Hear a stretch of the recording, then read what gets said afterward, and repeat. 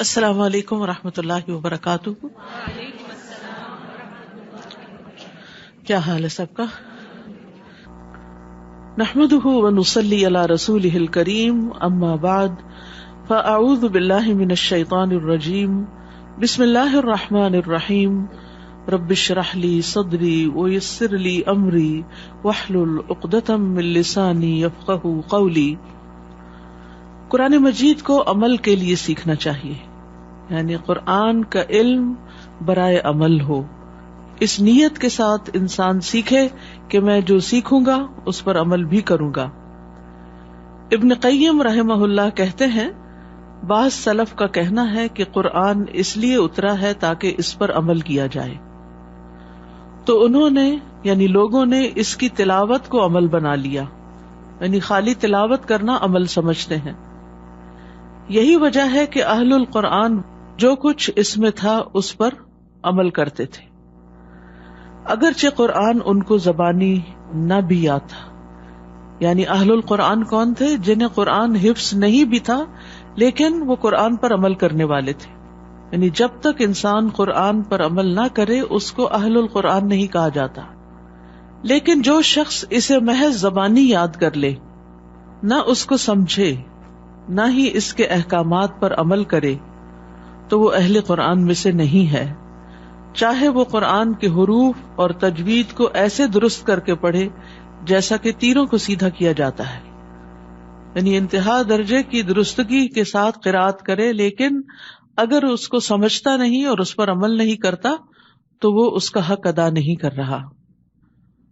حسن بصری کہتے ہیں کہ اس قرآن کو غلاموں اور بچوں نے پڑھا لیکن انہوں نے اسے شروع سے نہیں لیا، یعنی اس پر عمل نہیں کیا. انہیں اس کے معنی اور تعویل کا کوئی علم نہیں. تو بچوں کو اگرچہ لفظ لفظ سمجھ نہ بھی آئے لیکن کوشش کرنی چاہیے کہ وہ جو بھی پارہ وہ پڑھیں یا سورت کوئی پڑھیں یا کوئی حصہ پڑھیں تو اس کا مفہوم ان کو معلوم ہو کہ وہ کیا پڑھ رہے ہیں، قرآن کیا کہہ رہا ہے. بلکہ آپ میں سے جتنے بھی لوگ ناظرہ قرآن پڑھانے والے ہیں وہ اپنے لیے لازم کر لیں کہ پڑھاتے ہوئے کچھ نہ کچھ حصہ، یعنی سارا تو ممکن نہیں ہوتا بعض اوقات، کیونکہ ناظرہ کا پڑھنا بھی ایک مشکل کام ہوتا ہے، لیکن اس میں سے چاہے تو کوئی آیت سلیکٹ کر لیں، چاہے تو اوور آل خلاصہ بتا دیں، لیکن کوئی نہ کوئی کام کی یا عمل کی بات ضرور بتائیں تاکہ قرآن کا حق ادا ہو. قرآن کے حروف کے ساتھ ساتھ اس کی حدود کا خیال رکھا جائے. یحییٰ ابن سعید سے مروی ہے کہ عبداللہ بن مسعود رضی اللہ عنہ نے ایک انسان سے کہا، تم یقیناً ایسے زمانے میں ہو کہ اس میں علماء زیادہ اور قاری کم ہیں. اس زمانے میں قرآن کی حدود کی حفاظت کی جاتی ہے، یعنی احکامات کے اوپر عمل کیا جاتا ہے، اور اس کے حروف کو ضائع کر دیا جاتا ہے، یعنی بہت تکلف سے نہیں ادا کیا جاتا اس کے حروف کو. مانگنے والے کم ہیں، دینے والے زیادہ ہیں. اس زمانے کے لوگ نماز لمبی کرتے ہیں، خطبہ چھوٹا کرتے ہیں. وہ اپنی خواہشات سے پہلے عمل کو ظاہر کرتے ہیں. اور ان قریب لوگوں پر ایک ایسا زمانہ آئے گا اس میں علماء کم اور قاری زیادہ ہوں گے. علماء کم اور قاری زیادہ ہوں گے. اس زمانے میں قرآن کے حروف کی حفاظت کی جائے گی لیکن اس کی حدود کو ضائع کر دیا جائے گا، یعنی احکامات پر عمل نہیں کیا جائے گا. مانگنے والے زیادہ اور دینے والے کم ہوں گے. اس میں لوگ خطبہ لمبا کریں گے اور نماز چھوٹی کر دیں گے، قل واللہ پڑھ کے نماز ختم. اور اس زمانے میں لوگ اپنے عمل سے پہلے اپنی خواہشات کو ظاہر کریں گے، یعنی باتیں زیادہ کریں گے لیکن عمل کم ہوگا. تو ضروری ہے کہ انسان اپنے عمل سے قرآن کی تصدیق کرے کہ واقعی وہ قرآن کو سچا مانتا ہے، کیونکہ جس چیز کی سچائی کا اسے یقین ہوتا ہے اسے وہ اپنے عمل میں بھی ضرور لے کر آتا ہے، اس کو حاصل کرتا ہے اور پھر اس کو استعمال بھی کرتا ہے. 12واں پارہ. اعوذ باللہ من الشیطان الرجیم. بسم اللہ الرحمن الرحیم. وما من دابۃ فی الارض الا علی اللہ رزقها ویعلم مستقرها ومستودعها کل فی کتاب مبین. شروع کرتی ہوں اللہ کے نام سے جو بے انتہا مہربان نہایت رحم فرمانے والا ہے۔ زمین میں چلنے والا کوئی جاندار ایسا نہیں جس کا رزق اللہ کے ذمہ نہ ہو۔ وہ اس کی قرارگاہ کو بھی جانتا ہے اور دفن ہونے کی جگہ کو بھی۔ یہ سب کچھ واضح کتاب یعنی لوح محفوظ میں لکھا ہوا اور موجود ہے۔ یہ زمین اللہ نے بنائی اور اس پر جتنے بھی جاندار ہیں، چاہے انسان ہیں یا جن ہیں یا حیوانات ہیں یا چرند پرند ہیں یا مچھلیاں ہیں یا پانی کی مخلوق ہے، یہ سب بھی اللہ سبحانہ تعالیٰ ہی کی تخلیق ہے۔ اور اللہ سبحانہ تعالیٰ نے ان کو پیدا کر کے چھوڑ نہیں دیا بلکہ ان کے رزق کا بھی انتظام کیا ہے۔ اسی لیے فرمایا زمین میں چلنے والا کوئی جاندار ایسا نہیں جس کا رزق اللہ کے ذمے نہ ہو، گویا اللہ ہی رازق ہے۔ اور یہ بھی یاد رکھیے کہ ہر انسان کا رزق مقرر ہو چکا ہے۔ نبی صلی اللہ علیہ وسلم نے فرمایا ابن آدم سے 4 چیزوں کے معاملے میں فارغ ہوا جا چکا ہے، اس کی تخلیق، اس کے اخلاق، اس کے رزق اور اس کی موت۔ ایک اور روایت میں آتا ہے کہ رزق سے بھاگنے والا بھی رزق پا کر رہے گا۔ نبی صلی اللہ علیہ وسلم نے فرمایا اگر ابن آدم اپنے رزق سے اس طرح بھاگے جس طرح موت سے بھاگتا ہے تو رزق اسے اسی طرح پالے گا جس طرح موت اسے پا لیتی ہے۔ یعنی یہ اللہ سبحانہ تعالیٰ کا فضل ہے کہ اس نے اپنے بندوں کی ضروریات کا انتظام کیا ہے۔ اس لیے اس معاملے میں انسان کو کوشش تو کرنی چاہیے لیکن بہت پریشانی نہیں۔ ہاں، پریشانی اور فکر آخرت کے بارے میں ہونی چاہیے کہ کل کیا ہوگا۔ وَيَعْلَمُ مُسْتَقَرَّهَا، اور وہ اس کے مستقر، اس کی قرارگاہ کو بھی جانتا ہے۔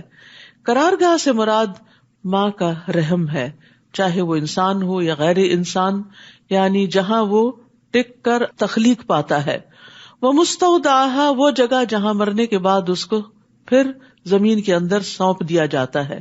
تو یہ دونوں چیزیں لوگوں سے چھپی ہوئی ہوتی ہیں، یعنی ماں کے پیٹ میں کیا ہے یہ انسانوں کو نہیں پتا ہوتا، اس قبر میں کون ہے، کس قسم کا رنگ ہے اس کا نہیں پتا، لیکن اللہ سبحانہ تعالیٰ کو پتا ہوتا ہے۔ تو وہ مستقر کو بھی جانتا ہے، وہ مستودع کو بھی جانتا ہے۔ اس سے اللہ سبحانہ تعالیٰ کے علم کامل کا پتہ چلتا ہے کہ وہ ہر چیز کو پوری طرح جاننے والا ہے۔ اور یہ صرف علم اس کے پاس ہی نہیں بلکہ کل فی کتاب مبین، یہ علم لکھا ہوا بھی ہے، یعنی انسان کی تقدیر میں یا حیوانات کی قسمت میں کیا ہے یہ سب اللہ کے علم میں ہے اور اس کی کتاب میں ہے۔ وہی تو ہے جس نے آسمانوں اور زمین کو 6 دنوں میں پیدا کیا، اور اس وقت اس کا عرش پانی پر تھا، تاکہ تمہیں آزمائے کہ تم میں سے کون اچھے عمل کرتا ہے۔ تو تخلیق کی ابتدا اتوار کے دن ہوئی تھی، جمعے پہ ختم ہوئی، اور پھر اس کا عرش جو ہے وہ 7 آسمانوں کے اوپر ہے۔ 7 آسمانوں کے بعد پانی، اور پانی کے اوپر اس کا عرش۔ تو اس نے یہ سب کچھ کیوں بنایا؟ تاکہ تمہیں آزمائے، یعنی انسان کی تخلیق کا مقصد کیا ہے؟ اس کا امتحان لینا کہ تم میں سے کون اچھے عمل کرتا ہے۔ اور اچھا عمل وہ ہوتا ہے جس میں نیت بھی اچھی ہو اور جس میں طریقہ بھی اچھا ہو۔ اچھی نیت یعنی اخلاص، اور اچھا طریقہ محمد صلی اللہ علیہ وسلم کا لقد کان لکم فی رسول اللہ اسوۃ حسنہ۔ اور اگر آپ انہیں کہیں کہ تم موت کے بعد اٹھائے جاؤ گے تو کافر فوراً کہنے لگتے ہیں یہ تو صریح جادو ہے، یعنی اس پر ایمان نہیں لاتے، اس کو مانتے نہیں۔ اور اگر ہم ایک خاص مدت تک ان سے عذاب کو مؤخر کر دیں، یعنی کسی بھی قوم سے جو نافرمان ہے، تو کہنے لگتے ہیں کہ کس چیز نے عذاب کو روک رکھا ہے، یعنی مذاق اڑاتے ہیں۔ پھر دیکھو جس دن وہ عذاب آ گیا تو پھر وہاں سے ٹلے گا نہیں، اور وہی چیز انہیں گھیر لے گی جس کا وہ مذاق اڑایا کرتے تھے، جس کو وہ دور سمجھتے تھے وہ ان کے سر پہ مسلط ہو جائے گی۔ اگر ہم کسی انسان کو اپنی رحمت کا مزہ چکھائیں پھر وہ اس سے چھین لیں، یعنی اچھے حالات کے بعد تکلیف دہ حالات آ جائیں، تو وہ مایوس ہو کر ناشکری کرنے لگتا ہے۔ یہ انسان کا حال ہے کہ میرے ساتھ ایسا کیوں ہوا، وائی می۔ اور اگر کوئی مصیبت آنے کے بعد ہم اسے نعمتیں عطا کریں، یعنی تکلیف دہ حالات کے بعد اچھے حالات ہوں، تو کہتا ہے کہ میری تو ساری تکلیفیں دور ہو گئیں۔ پھر وہ اترانے اور تکبر کرنے لگتا ہے، یعنی بجائے اس کے شکر ادا کرے وہ تکبر کرنے لگتا ہے۔ تو انسان کا حال کیا ہے کہ زیادہ تر وہ ناشکری ہی کرتا ہے، تکلیف میں بھی ناشکری اور خوشحالی میں بھی ناشکری۔ حالانکہ انسان کی زندگی میں دن اور رات آتے رہتے ہیں، ہر انسان کی زندگی میں. یوسف علیہ السلام کو دیکھیں کہ کس طرح وہ باپ کی آنکھوں کا تارا تھے، ان کو محبت نصیب ہوئی، لیکن اس کے بعد ان کی زندگی میں کیا آیا؟ بھائیوں نے انہیں کنویں میں ڈال دیا، تکلیف دہ حالات پیدا ہو گئے. لیکن پھر اس کے بعد کیا ہوا؟ کنویں سے نکل کر عزیز مصر کے ہاں پہنچ گئے، خوشحالی آ گئی. پھر کیا ہوا؟ وہاں آزمائش آ گئی عزیز مصر کی بیوی کی طرف سے، وہاں سے جیل خانے میں پہنچا دیے گئے. پھر کیا ہوا؟ تکلیف کے بعد پھر آسانی آئی تو جیل خانے سے نکال کے مصر کے تخت پر بٹھا دیے گئے. تو ان واقعات میں ہمارے لیے سبق ہے کہ کس طرح زندگی میں رات بھی آتی ہے اور دن بھی آتا ہے. جب اچھے حالات ہوں تو یہ نہ سمجھیں کہ یہ ہمیشہ ایسا ہی رہے گا. شکر ادا کرتے رہیں، اللہ کے قریب رہیں، اللہ کی عبادت کرتے رہیں. اور اگر پھر اچھے حال کے بعد تکلیف دہ حالات آئیں تو پھر بھی صبر کے ساتھ خوشحالی کا انتظار کریں اور ناشکری نہ کریں. ہر حال میں اللہ کا شکر ادا کرتے رہیں. الا الذین صبروا وعملوا الصالحات اولئک لهم مغفرۃ واجر کبیر. مگر ان قباحتوں سے وہ لوگ مستثنا ہیں جنہوں نے صبر کیا اور اچھے عمل کیے، ایسے ہی لوگوں کے لیے مغفرت اور بہت بڑا اجر ہے، اجر کبیر ہے، جنت الفردوس ہے. یعنی جو لوگ تکلیف دہ حالات میں بھی شکر گزار رہے، یعنی بیمار ہیں، بھوکے ہیں، کسی اذیت تکلیف ذہنی پریشانی میں ہے، جب ان سے ان کا حال پوچھا جاتا ہے تو وہ یہ نہیں کہتے کوئی حال نہیں، وہ کہتے ہیں الحمدللہ الحمدللہ، اللہ کا شکر ہے جس حال میں رکھے. تو ایمان والے، صبر والے، نیک عمل کرنے والے بد اخلاقی سے اور ایسی باتوں سے پاک ہوتے ہیں. وہ ہر حال میں اللہ سے اچھی امیدیں رکھتے ہیں. تو یہاں پر آپ دیکھیے کہ صبر کا لفظ استعمال ہوا ہے جو ایک نئے معنوں میں ہے، اور وہ کیا ہے؟ مصیبتوں کے چھٹ جانے کا انتظار کرنا، کہ یہ دن بھی گزر جائیں گے. This shall too pass، یہ بھی نکل جائے گا، جیسے اچھے دن نکل گئے یہ بھی نکل جائیں گے اور اس کے بعد آسانی ہو جائے گی. فَلَعَلَّكَ تَارِكٌ بَعْدَ مَا يُوحَىٰ إِلَيْكَ، اے نبی ایسا نہ ہو کہ آپ کی طرف جو وحی کی جاتی ہے آپ اس کا کچھ حصہ چھوڑ دیں، اور اس وجہ سے آپ کا دل تنگ ہو کہ کافر یہ کہیں گے کہ اس شخص پر کوئی خزانہ کیوں نہ اتارا گیا، یا اس کے ساتھ کوئی فرشتہ کیوں نہ آیا. تو آپ تو محض ڈرانے والے ہیں اور ہر چیز پر مختار تو اللہ ہے. تو نبی صلی اللہ علیہ وسلم جو تمام انسانوں سے زیادہ صبر اور حوصلے والے تھے، تو ان پر بھی بعض اوقات ایسی گھبراہٹ طاری ہوتی تھی جو کسی ایک عام انسان پر ہوتی ہے کہ جو اپنے حالات سے پریشان ہونے لگتا ہے. لیکن اللہ سبحانہ وتعالی آپ کو آپ کا مقام یاد دلا رہے ہیں اور آپ کو کانفیڈینس دے رہے ہیں کہ آپ فکر نہ کریں کہ آپ کے پاس مادی وسائل کی کثرت نہیں، آپ کو اللہ نے جو مقام دیا ہے اس کی بنا پر آپ اپنا کام کرتے چلے جائیں. اللہ نے آپ کو جس چیز کے لیے چنا ہے اس پر نظر رکھیں. ہمارے ساتھ بھی بعض اوقات یہ ہوتا ہے کہ ہم irrelevant چیزوں کی طرف زیادہ توجہ دینے لگتے ہیں، چونکہ ہمارے حالات ایسے ہیں، چونکہ میرے ساتھ کوئی سپورٹ نہیں ہے، میرے گھر کے حالات اچھے نہیں ہیں، تو میں دین کا کام کیسے کروں. نہیں، اللہ نے اگر آپ کو دین کا علم دے دیا، اللہ نے اگر آپ کو یہ راہ دکھا دی، اس کام کے لیے چن لیا، تو اس کو اپنے لیے بہت بڑا آنر سمجھیں، اس پر فوکس کریں اور باقی چیزیں اللہ کے سپرد کر دیں. وہ ٹیک کیئر کرے گا اور ان کو درست کر دے گا. یا وہ یہ کہیں کہ اس نے یہ قرآن خود گھڑ لیا ہے. آپ ان سے کہیے اگر تم اس دعوے میں سچے ہو تو تم بھی اس جیسی 10 صورتیں گھڑ لاؤ. اللہ کے سوا جس جس کو تم بلا سکتے ہو بلا لو. پھر اگر وہ تمہیں اس چیلنج کا جواب نہ دے سکیں تو جان لو کہ یہ قرآن اللہ کے علم سے اتارا گیا ہے. سبحان اللہ، یہ قرآن اللہ کے علم سے اتارا گیا ہے، اور یہ کہ اس کے سوا کوئی الہ نہیں. یہ قرآن کی اصل دعوت ہے کہ لوگ اس کی عبادت کی طرف آئیں. پھر کیا تم اس امر حق کے سامنے سر تسلیم خم کرتے ہو؟ من کان یرید الحیات الدنیا وزینتہا، جو شخص دنیا کی زندگی اور اس کی زینت چاہے تو ہم ایسے لوگوں کو دنیا میں ہی ان کے اعمال کا پورا بدلہ دے دیتے ہیں. یعنی جو وہ نیکی کرتے ہیں، اچھا کرتے ہیں، دعائیں مانگتے ہیں، بس وہ صرف دنیا ہی مانگتے ہیں تو ہم ان کو دنیا دے دیتے ہیں اور وہ دنیا میں گھاٹے میں نہیں رہتے. یہی لوگ ہیں جن کا آخرت میں آگ کے سوا کچھ حصہ نہیں. یعنی جو آخرت کو بھول کر صرف دنیا پہ فوکس کیے ہوئے ہیں، پھر انہیں آخرت میں کچھ نہیں ملے گا. جو کچھ انہوں نے دنیا میں بنایا وہ برباد ہو جائے گا، اور جو عمل کرتے رہے وہ بھی بے سود ہوں گے. تو یہاں بنیادی طور پر ریاکاروں کے بارے میں بات کی گئی ہے کہ جو اپنے نیک اعمال کو دکھاوے کے لیے کرتے ہیں اور لوگوں سے واہ واہ چاہتے ہیں اور شہرت حاصل کرنا چاہتے ہیں، لوگوں کے اندر نیک بی بی کہلانا چاہتے ہیں کہ لوگ ہمیں بہت ایماندار اور شریف سمجھیں تاکہ اس کی آڑ میں ہم مزید دنیا کے کچھ فائدے حاصل کر سکیں.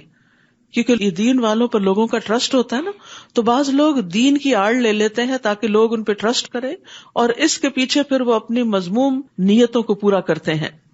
تو ایسے لوگوں کے لیے سزا بتائی گئی ہے. بھلا وہ شخص جو اپنے رب کی طرف سے ایک واضح دلیل رکھتا ہو، پھر اسی رب کی طرف سے ایک شاہد وہی بات پڑھ کر سنائے، اور وہی بات اس سے پہلے موسیٰ کی کتاب تورات میں بھی موجود ہو جو لوگوں کے لیے رہنما اور رحمت تھی، تو کیا وہ اس بات میں شک کر سکتا ہے؟ ایسے ہی لوگ اس پر ایمان لاتے ہیں. اور ان گروہوں میں سے جو کوئی ایسی بات کا انکار کر دے تو اس کے لیے دوزخ ہی کا وعدہ ہے.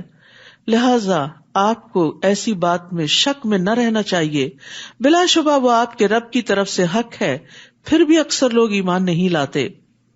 تو کچھ لوگ ایسے ہوتے ہیں کہ جن کی فطرت سلیم ہوتی، جو اپنے رب کی طرف سے واضح دلیل رکھتے ہیں، یعنی ان کے اندر خیر ہوتی ہے، وہ بہت سا علم نہ رکھنے کے باوجود بھی اپنے رب کو پہچانتے ہیں کائنات کی نشانیوں کے ذریعے.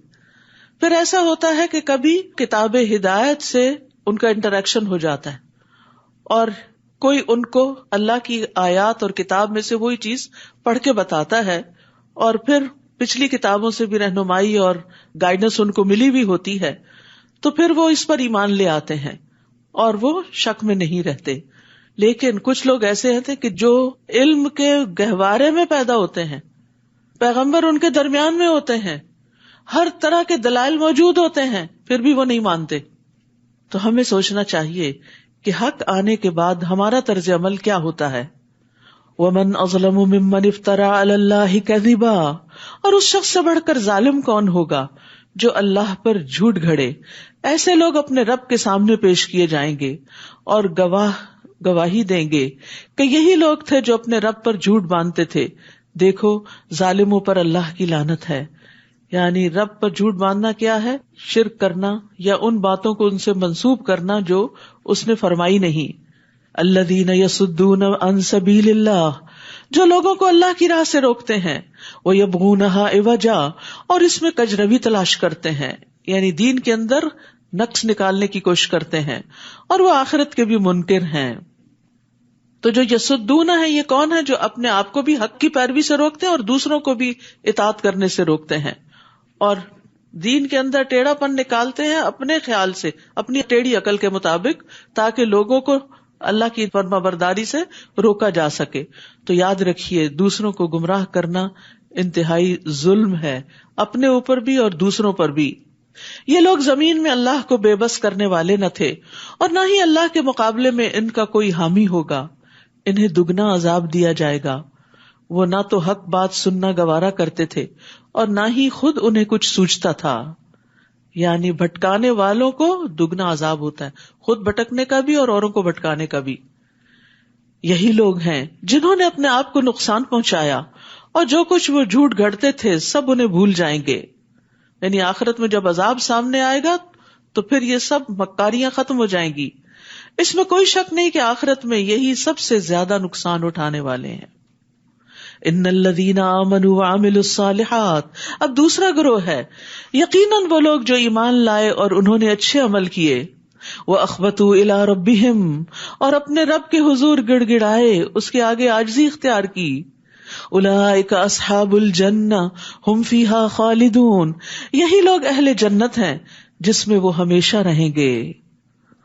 تو اخبات ہوتا ہے دل میں جمے ہوئے خوف کی وجہ سے جو خشیت پیدا ہوتی، یعنی آلریڈی اللہ سے ڈرتا ہے انسان، لیکن کسی کسی وقت وہ چیز اوپر آ جاتی ہے اور انسان کی آنکھیں بھی ڈبڈبانے لگتی ہیں، اور انسان اپنے رب کے حضور جھک جاتا ہے اور اپنی کمزوری کا اظہار کرتے ہوئے اس سے دعائیں کرتا ہے.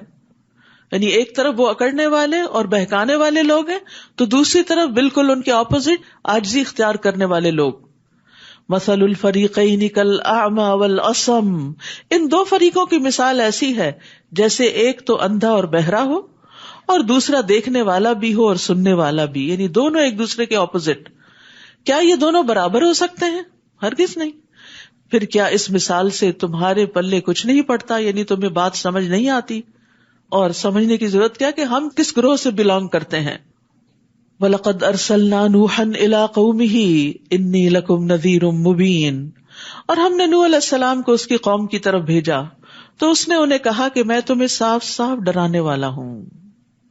اور کس لیے آیا ہوں؟ اللہ تعبدوا الا اللہ، تم اللہ کے سوا کسی کی عبادت نہ کرو، میں تمہارے بارے میں المناک دن کے عذاب سے ڈرتا ہوں. تو اس کی قوم کے کافر سرداروں نے جواب دیا، ہم تو تجھے اپنے ہی جیسا آدمی خیال کرتے ہیں، اور جو تیرے پیروکار ہیں وہ بادی و نظر میں بظاہر ہمیں کمینے معلوم ہوتے ہیں. یعنی تمہارے فالوورز بڑے تھرڈ کلاس لوگ ہیں ان کے خیال میں، کیونکہ وہ غریب ہیں، بہت زیادہ کوئی دنیاوی سٹیٹس نہیں ہے ان کا. پھر تم لوگوں کو ہم پر کسی طرح کی بھی فضیلت نہیں، بلکہ ہم تو تمہیں جھوٹا ہی سمجھتے ہیں. پیغمبر کا کام ہے لوگوں کو ہدایت کی طرف دعوت دینا، اور لوگ ان کو دیکھ رہے ہیں کس نظر سے کہ ان کے پاس مال و دولت کتنا ہے، ان کے جو سوشل سرکل ہے وہ کیسا ہے، کون لوگ ان کے فالوورز ہیں، کتنے ریسورسفل ہیں. ارریلیونٹ چیزیں دیکھ رہے ہیں وہ، کیونکہ پیغمبر سے ہدایت لینی چاہیے، نہ کہ اس کی شان و شوکت اور اس کے ساتھ جو دنیا لگی ہوئی ہو وہ دیکھنا مطلوب ہو. اور یہی چیز کسی بھی داعی سے، یعنی جب کوئی شخص دین کی دعوت دینے کے لیے آئے تو یہ نہیں دیکھنا چاہیے کہ اس کے کپڑے کیسے ہیں اور اس کا بیگ کیسا ہے. یہ دیکھنا چاہیے وہ بات کیا کر رہا ہے، کہاں سے کر رہا ہے، دلیل کیا ہے، اور وہ بات دل کو کتنی لگتی ہے. تو اس کی قوم کے کافر سرداروں نے جواب دیا، ہم تو تجھے اپنے ہی جیسا آدمی خیال کرتے ہیں. قال یا قوم ارأیتم ان کنت علی بینۃ من ربی، نوح علیہ السلام نے کہا، اے میری قوم بھلا دیکھو، اگر میں اپنے رب کی طرف سے ایک واضح دلیل پر ہوں اور اس نے مجھے اپنے ہاتھ سے رحمت یعنی نبوت بھی عطا کی ہو جو تمہیں نظر نہ آ رہی ہو، تو کیا ہم اسے زبردستی تم پہ چپکا سکتے ہیں کہ تم ضرور ایمان لاؤ، اس حال میں کہ تم اسے ناپسند کر رہے ہو؟ یعنی میرے دلائل کو دیکھو اور میرے مقام اور مرتبے کو دیکھو کہ اللہ نے نبوت عطا کی ہے. اور اے میری قوم، میں تم سے کوئی مال و دولت تو نہیں مانگتا، یعنی میں اپنا مال بڑھانے نہیں آیا. دنیا کو پار کر کے آگے دیکھنا شروع کرو. میرا اجر تو اللہ کے ذمہ ہے، اور جو لوگ ایمان لائے ہیں میں انہیں اپنے ہاتھ سے نکال نہیں سکتا. ایمان والوں کا درجہ خواہ انسانوں کی نظر میں حقیر ہی کیوں نہ ہو، لیکن اللہ کی نظر میں وہ بڑے عظیم ہوتے ہیں. بلال حبشی کا جو مقام تھا وہ قارون کا نہیں تھا. اگر قارون بے شمار خزانے رکھتا تھا لیکن اس کی دولت اس کے کسی کام نہ آئی. اور بلال رضی اللہ عنہ کو مؤذن مقرر کیا گیا، اور عمر رضی اللہ عنہ انہیں سیدنا کہہ کے پکارتے تھے، حالانکہ وہ غلامی سے آزاد کیے گئے تھے. تو یہ سٹیٹس انہیں کس نے دیا؟ دین نے دیا.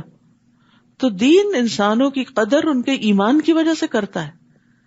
تو کبھی بھی یہ نہ دیکھیں کہ آپ کے پاس دنیا کی دولت نہیں یا کوئی مقام نہیں یا کوئی آپ کو پوچھتا نہیں. یہ دیکھیں اللہ کی نظر میں، مالک کائنات کی نظر میں آپ کا مقام کیا ہے. ساری دنیا بھی مل کر آپ کو بڑا مان لے، اور اگر اللہ کی نگاہ میں مچھر کے پر برابر بھی کوئی مقام نہیں تو خسارہ ہی خسارہ ہے. میرا اجر تو اللہ کے ذمہ ہے، اور جو لوگ ایمان لائے ہیں میں انہیں اپنے ہاتھ سے نکال نہیں سکتا. وہ یقیناً اپنے رب سے ملنے والے ہیں، مگر میں تو دیکھتا ہوں کہ تم لوگ ہی جہالت کی باتیں کرتے ہو. یہ بھی جہالت ہے. یعنی ایسے لوگ جو دنیا کی بڑی پہچان رکھتے ہیں وہ اپنے آپ کو بڑے سمارٹ سمجھتے ہیں، لیکن اللہ کی نظر میں وہ جاہل ہیں جو حقیقت کو نہ سمجھیں کہ انجام کس کا اچھا ہے. وَيَا قَوْمِ مَن يَنصُرُنِي مِنَ اللَّهِ إِن طَرَدتُّهُمْ أَفَلَا تَذَكَّرُونَ، اور اے میری قوم، اگر میں ان لوگوں کو اپنے ہاتھ سے نکال دوں تو اللہ کے مقابلے میں میری مدد کون کرے گا؟ تم ذرا بھی غور نہیں کرتے. یعنی یہ تو اللہ کے پیارے ہیں، اگر میں نے ان کو دھتکار دیا تو میرا کیا بنے گا؟ یعنی تمہیں خوش کرتے کرتے. تو یاد رکھیے، لوگوں کی قدر ان کے دین، ایمان اور تقوی کی وجہ سے کریں، چاہے ان کا دنیاوی مقام کچھ بھی نہ ہو. ان کو دین کی وجہ سے عزت دیں، اور ان کو دین کی وجہ سے عزت وہی دیتا ہے جس کے اپنے اندر دین ہو. جس کے اپنے اندر اللہ کی محبت ہو تو وہ اللہ سے محبت کرنے والوں سے لازماً محبت کرتا ہے. جو خود دین کی ترقی چاہتا ہے وہ دین کے لیے چھوٹا سا کام کرنے والوں سے بھی محبت رکھتا ہے کہ یہ بھی اسی منزل کے مسافر ہیں جس طرف میں جا رہا ہوں. میں تمہیں یہ نہیں کہتا کہ میرے پاس اللہ کے خزانے ہیں، نہ میں یہ کہتا ہوں کہ میں غیب جانتا ہوں، نہ یہ کہ میں فرشتہ ہوں، نہ ہی میں یہ کہتا ہوں کہ جن لوگوں کو تم حقیر سمجھتے ہو اللہ انہیں کبھی بھلائی سے نوازے گا ہی نہیں. جو ان کے دلوں میں ہے وہ اللہ ہی خوب جانتا ہے. اگر میں ان سب باتوں سے کوئی بھی بات کہوں تو یقیناً میں ظالموں میں سے ہو جاؤں گا. یعنی کھل کے بتا دیا کہ میرا مقصود دنیا نہیں ہے اور نہ میں دنیاوی اعتبار سے کوئی بڑا انسان بن کے تمہارے سامنے آنا چاہتا ہوں. تو داعی دین کو پوری طرح کانفیڈنٹ ہونا چاہیے کہ جو وہ پیش کر رہا ہے وہ سب سے بڑا سچ اور حق ہے، اور اس کو ان مادی اور کمزور سہاروں کی ضرورت نہیں. ایک دین کی تبلیغ کرنے والے کو اپنے اخلاق پر، ایمان پر، اپنی عبادات پر توجہ دینے کی ضرورت ہوتی ہے. یہ چیزیں اس کو اسٹرینتھن کرتی ہیں. مال و دولت سیکنڈری چیز ہے، ظاہری وسائل اور چمک دمک جو ہے یہ سیکنڈری چیز ہوتی. لیکن افسوس کے بعض اوقات دین کا کام کرنے والے بھی ظاہریت پر بہت آ جاتے ہیں، اوپر کی چیزوں کو بہت دیکھتے ہیں اور اندر سے اپنے رب کے سامنے نہیں گڑ گڑاتے، تو پھر ترقی نہیں ہوتی. وہ کہنے لگے نوح تم نے ہم سے جھگڑا کیا اور اسے بہت طول دیا، تو اب اگر تم سچے ہو تو جس بات کی ہمیں دھمکی دیتے تھے وہی لے آؤ. نوح علیہ السلام نے کہا وہ تو اللہ ہی لائے گا اگر اس نے چاہا، اور پھر تم اسے بے بس نہ کر سکو گے. عذاب آ گیا تو ٹالے ٹل نہ سکے گا. اور اگر میں تمہاری خیر خواہی کرنا بھی چاہوں تو میری خیر خواہی تمہیں کیا فائدہ دے سکتی ہے جبکہ اللہ ہی کو یہ منظور ہو کہ وہ تمہیں گمراہ کرے. اب آپ سوچ رہے ہوں گے کہ اللہ گمراہ کرتا ہے تو پھر بندہ کیا کرے؟ تو بات وہی تقدیر کا مسئلہ ہی ہے. جب بھی ایسا خیال ذہن میں آئے تو سوچئے اللہ ظالم نہیں کہ کسی کو ہدایت سے پکڑ کے روک دے. اللہ علیم اور حکیم ہے، اس کے ہر فیصلے میں حکمت ہے پیچھے. ہمیں نہ پتا ہو تو ہم جاہل ہیں، تو اپنی جہالت کی وجہ سے اللہ کے بارے میں غلط گمان نہ کریں. وہی تمہارا رب ہے، تم اسی کی طرف واپس جاؤ گے. اے نبی صلی اللہ علیہ وسلم، کیا کافر یہ کہتے ہیں کہ اس نے یہ قرآن خود ہی گھڑ لیا؟ آپ ان سے کہیے کہ اگر میں نے گھڑا ہے تو میرا گناہ میرے ذمہ ہے، اور جو جرم تم کر رہے ہو میں اس سے بری ذمہ ہوں، اور تم جو جرم کر رہے ہو میں ان سے بری ذمہ ہوں.